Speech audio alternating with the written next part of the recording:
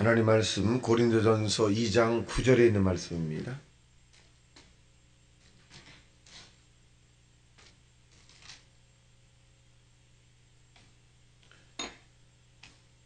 고린도전서 2장 9절에 있는 말씀 우리 합독합니다.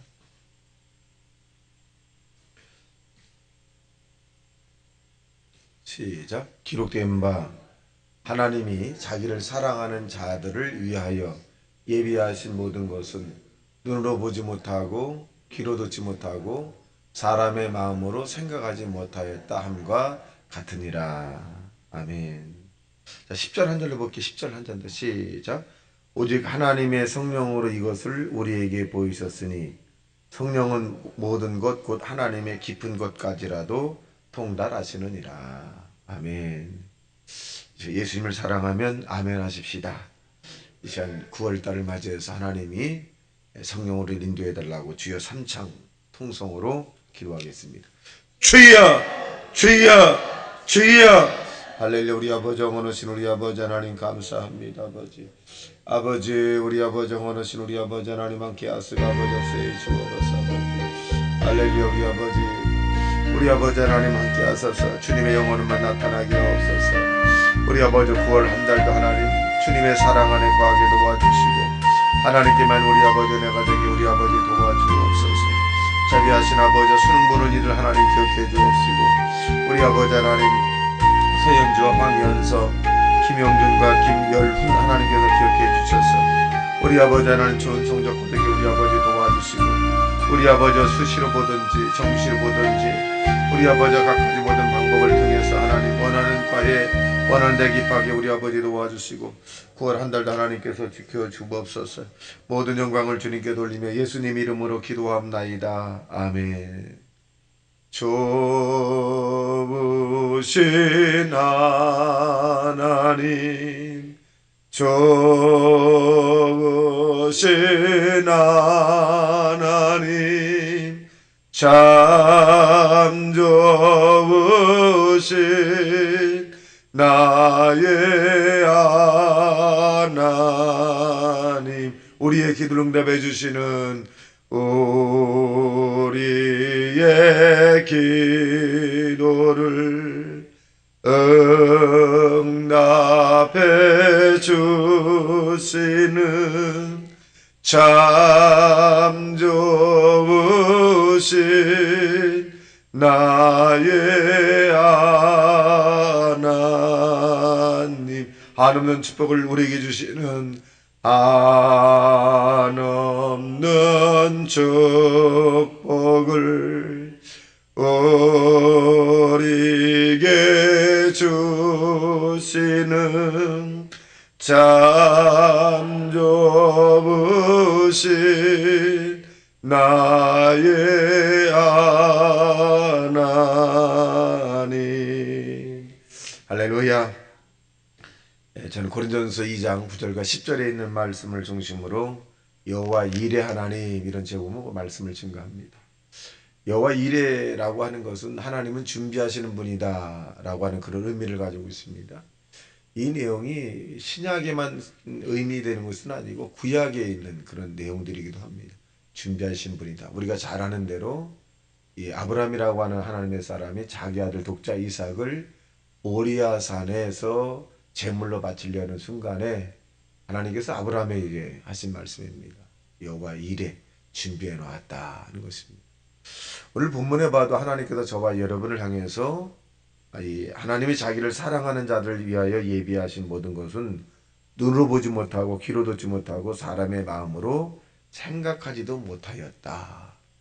분명한 사실은 저와 여러분 이 땅에 태어나기 전에 미리 다 예비해 놓으셨다는 것.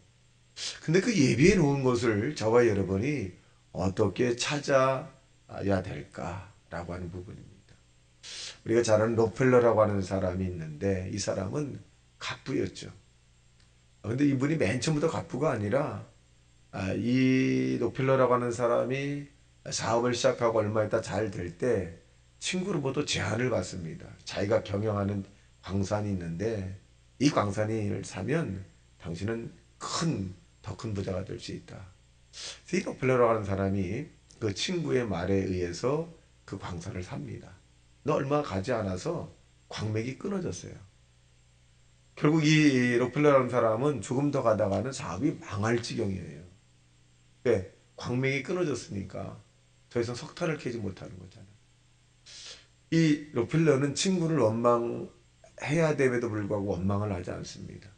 그리고 이 록펠러는 어떤 방향을 찾냐면 하나님을 향해서 부르짖기 시작을 합니다.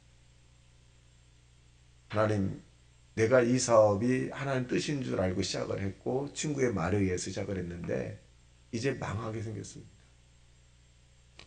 이 록펠러가 금식을 하면 하나님께 간절히 기도할 때 성령께서 이 록펠러의 마음속에 음성이 들리기 시작합니다. 록펠러야, 더 팔아. 더 깊이 팔아. 이 록펠러는 그 음성이 하나님 음성임을 인정하고 광부들에게 이야기를 합니다. 더 파십시오. 그 광부들이 이 록펠러가 완전히 미친 사람이래요. 아니 광맥이 없는데 끊어졌는데 임금이나 제대로 주지. 이러다가는 진짜 망한다.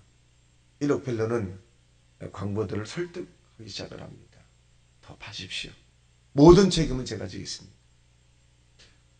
이 광부들은 이 록펠러의 말에 의해서 이제 다시 광에 들어가서 석탄을 캐려고 막 더 파기 시작을 합니다.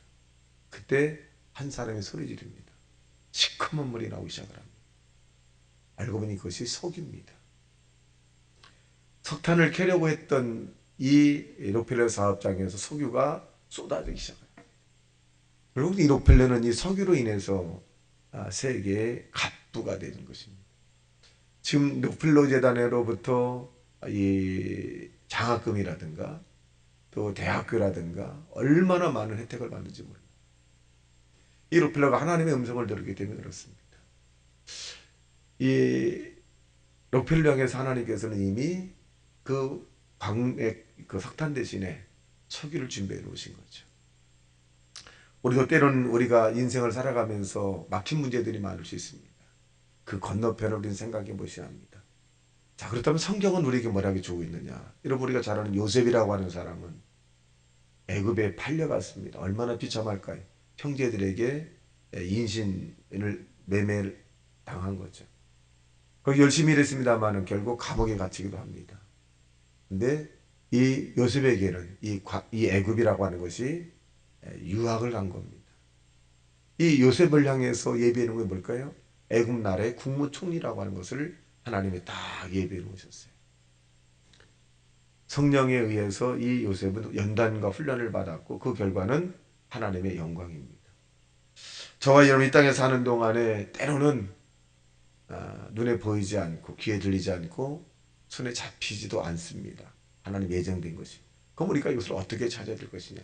저와 여러분의 성령을 의지하는 자 되시길 예수님 이름으로 축원합니다. 성령은 첫째로 우리에게 깨닫게 해주시는 거죠. 죄를 깨닫게 하고 잘못된 길을 돌이키게 하고 또 잘못된 마음가짐을 회개케 하고 깨닫게 합니다.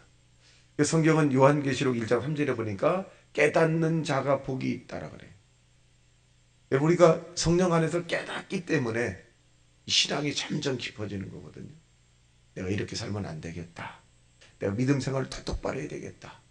하나님이 살아계신 하나님께 영광을 돌리는 그런 삶을 살아야 되겠다. 이 깨달음이 많으면 많을수록 신앙의 깊이는 굉장히 깊어지는 것이고 깨달음이 적으면 적을수록 신앙은 얕아지는 거예요.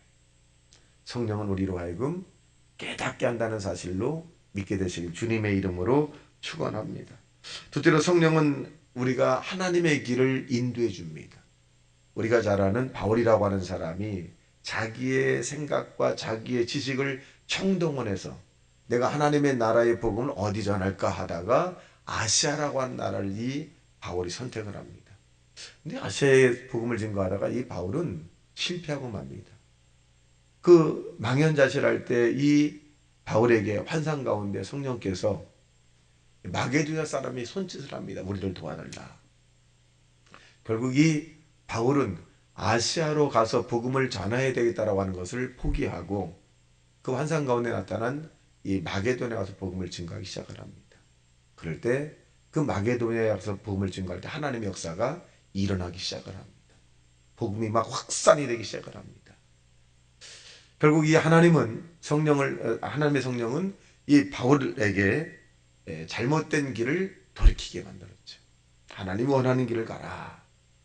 저와 여러분의 길이 지금 내 길을 가고 있는가, 하나님의 길을 가고 있는가, 하나님의 뜻대로 행하는가, 사람의 뜻대로 행하는가를 성령이 우리로 하여금 깨닫게 해주시는 사실을 믿어서 성령의 음성을 듣는 저와 여러분 되시기를 주님의 이름으로 축원합니다. 자, 그렇다면 성령의 충만, 성령의 인도함을 받으려면 어떻게 해야 될까요? 이건 기도입니다. 예수님께서 제자들에게 내가 떠나가는 것이 너에게 유익이라, 내가 떠나가지 아니하면 그가 너에게 오시지 아니하리라 라고 말했습니다. 그가라고 하는 것은 누굴 아냐면 성령님을 얘기합니다. 예수님이 이 땅에 계실 때 새벽 일찍 일어나셔서 늘 기도하셨어요. 성령에 이끌려서 마귀의 시험을 이기셨습니다. 저와 여러분이 이 성령의 충만을 받기를 원한다면 여러분 성령을 받기 위해서 기도하는 하나님의 사람이 되시길 주님의 이름으로 축원합니다. 이 기도에는 부르짖는 기도가 있고 금식의 기도가 있고 시간의 기도가 있습니다. 철야의 기도도 있을 수 있습니다. 두 번째는 성령의 충만을 받기 위해서는 우리가 사모해야 된다. 성령을 사모해야 돼. 성령을 왜 사모해야 될까요? 성령은 인격체입니다. 인격은 뭐냐? 지정의예요. 그래서 성령은 자기를 인정하고 환영하고 모셔주고 의지하는 자를 성령도 임재하십니다. 저와 여러분 성령을 사모해야 돼. 성령님 나와 동업해 주시고 나와 동행해 주시고 나와 함께 하시고 나를 깨닫게 하시고 하나님 원하는 길로 인도하시고 문제 해결의 길로 인도해 주시고 만날 만한 사람 만나고 또 만나지 않을 사람 만나지 않도록 성령께서 주장해 주십시오. 그리고 내가 미처 생각하지 못하고 깨닫지 못한 것들을 하나님 성령을 통해서 밝히 알게 해 주소서. 여러분 성령을 늘 의지하고 성령을 사모하는 믿음의 사람이 되시기를 주님의 이름으로 축원합니다. 사람을 의지하면 한계가 있습니다. 근데 하나님을 의지하면 한계가 없습니다. 저와 여러분의 힘은 약하지만 하나님의 성령의 능력은 무한대이십니다. 이 성령을 오늘도 저와 여러분이 9월 달에도 의지하고 일평생 동행하는 저와 여러분 되시기를 주님의 이름으로 축원합니다. 다시 말씀 생각하며 통성기도합니다. 주여 주여 주여